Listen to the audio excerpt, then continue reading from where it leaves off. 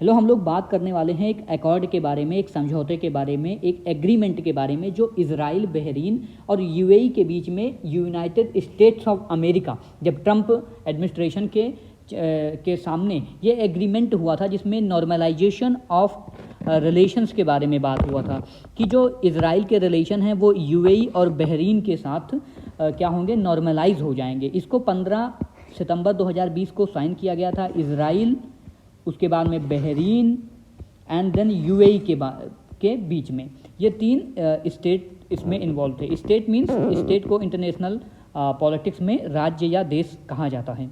Relations with Israel, ठीक है। तो आपको पता है कि इससे पहले जब 1973 में जो जिसे अक्टूबर वार कहते हैं या फिर जिसे रमदान वार भी कहा जाता है, जिसमें इजराइल ने बुरी तरह से अरब नेशंस को हराया था। हालांकि अरब नेशन खुद की भी विक्ट्री डिक्लेयर करते हैं वो लोग, लेकिन जो इंटरनेशनल एरिना में जो भी इजराइल का वहाँ पर काफ़ी बोल्ड तरीके से इमरजेंस हुआ था और उसने वेस्ट बैंक, गाजा पर अपना एक तरह से अधिकार भी कर लिया था। और फिर धीरे धीरे इजिप्ट ने 1979 तक नॉर्मलाइजेशन ऑफ रिलेशन शुरू कर दिए थे विद इजराइल। उसके बाद में 1994 में जॉर्डन भी इजराइल के थोड़ा करीब जाता है, नॉर्मलाइजेशन करता है रिलेशंस को।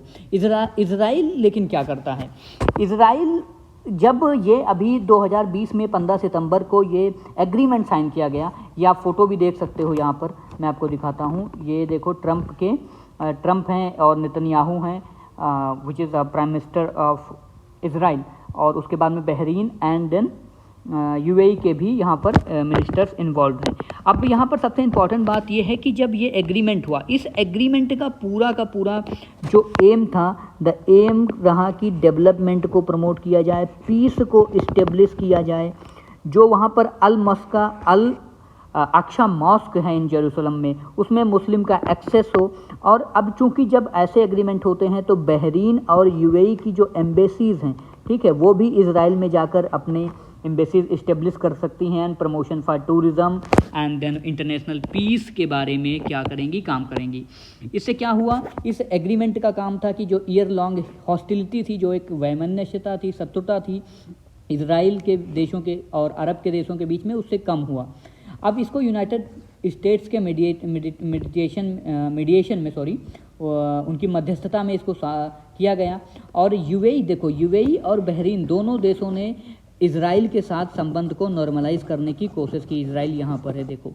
लेकिन अभी जो युद्ध हो रहा है तो लोग कह रहे हैं कि जब इस एग्रीमेंट का, इस अकॉर्ड का कोई मतलब नहीं रहेगा, जब इजराइल अभी क्या कर रहा है, वेस्ट बैंक को फिर से कब्जा कर रहा है। क्योंकि ये जो एग्रीमेंट था, इसमें इजराइल ने ये भी कहा था कि वो एनेक्सेशन जो वेस्ट बैंक का है उसको नहीं करेगा।